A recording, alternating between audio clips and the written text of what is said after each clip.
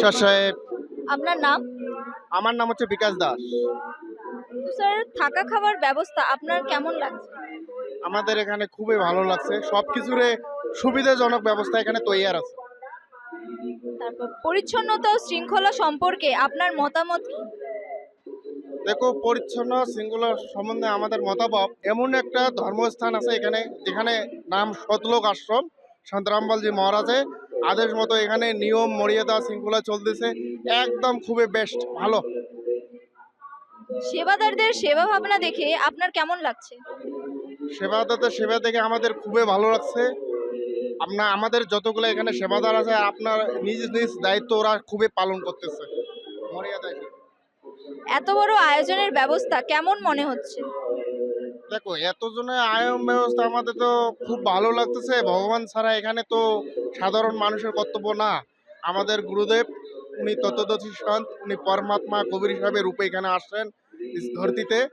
তো এখানে আসা উনি মালিককে, মানুষদের সৎ জ্ঞান, সৎ ভাবনা, স্বাস্থ্য প্রমাণিত জ্ঞান দিচ্ছে। নারী ও শিশু ও বয়স্কদের জন্য ব্যবস্থা কেমন? নারী ও শিশুদের জন্য ব্যবস্থা এখানে খুবই ভালো, পরিপূর্ণ ব্যবস্থা, এখানে কোনো অসুবিধা নাই। একদিকে দেখছেন পুরুষ, একদিকে দেখছেন মহিলা, কোনো অসুবিধা নাই, সব কিছুর আলাদা আলাদা ব্যবস্থা আছে এখানে। নিরাপত্তা ব্যবস্থা দেখে আপনার মতামত কি?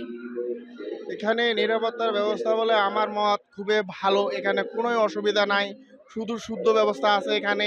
এখানে কোনো জাত ভেদের অভাব নেই, এখানে সবাই বরাবর। পানীয় জল, বিশ্রাম ও চিকিৎসা ব্যবস্থা কেমন? এখানে সব জিনিসের পরিস্থিতি খুব ভালো, যেরকম খাওয়ার জল নিয়ে বা ওয়াশরুম থেকে শুরু করে সব কিছুর ব্যবস্থা খুবই ভালো, এখানে কোনো অসুবিধা নেই। ভোজন ব্যবস্থার অভিজ্ঞতা কেমন? এখানে খুবই ভালো, ভোজন ব্যবস্থার কোনো অসুবিধা নাই। যে যেরকম ভোজন করতে চায়, এখানে অনেক কিছু ভোজনের আইটেম আছে। মনে করো 10-15 আইটেম তো আমি দেখতেছি, খাইতেছি, ভোজন করতেছি। সবজির থেকে নেয়া চাউল, রুটি, পুরি, ডাল, সবজি, জুলাপি, লাড্ডু সব কিছু পাওয়া যায় এখানে। আশ্রমের কোন বিষয়টি আপনাকে সবচেয়ে বেশি মুগ্ধ করেছে? আশ্রমের সব থেকে ভালো বিষয় আমাকে লাগছে এখানকার মর্যাদা, এখানকার সিস্টেম, এখানকার সব ভগৎমতী আর ভগৎ ভাইদের কাছে একটাই প্রার্থনা, এখানকার যে সিস্টেম আমি কোথাও বিশ্বের মধ্যে দেখতে পাই না। সমাজে এই আয়োজন থেকে কি শিক্ষা নিতে পারবে?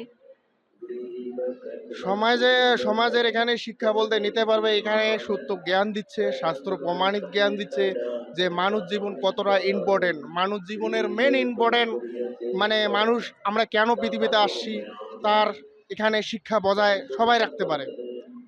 সন্ত রামপালজি মহারাজের জ্ঞান প্রথম কোথায় শুনেছিলেন? আমি সন্ত রামপালজি মহারাজের জ্ঞান প্রথম মোবাইল থেকেই শুনেছি। আমি মোবাইলের মধ্যেই সন্ত রামপালজি স্মরণে আসছি। তার জ্ঞান শোনার পর জীবনে কি পরিবর্তন এসেছে? আমাদের খুব ভালো পরিবর্তন আসছে। আমি খুব খারাপ ছেলে ছিলাম, খারাপ ছেলে বলতে আমি সব কিছুই করছিলাম, নেশার থেকে শুরু করে জুয়া বা যে কোনো সব কিছুই করছিলাম যতগুলো খারাপ আছে, কিন্তু এত আমার পরিবর্তন আসছে আমি নিজেই বলতে পারি। ঠিক আছে স্যার, থ্যাংক ইউ। সৎসায়।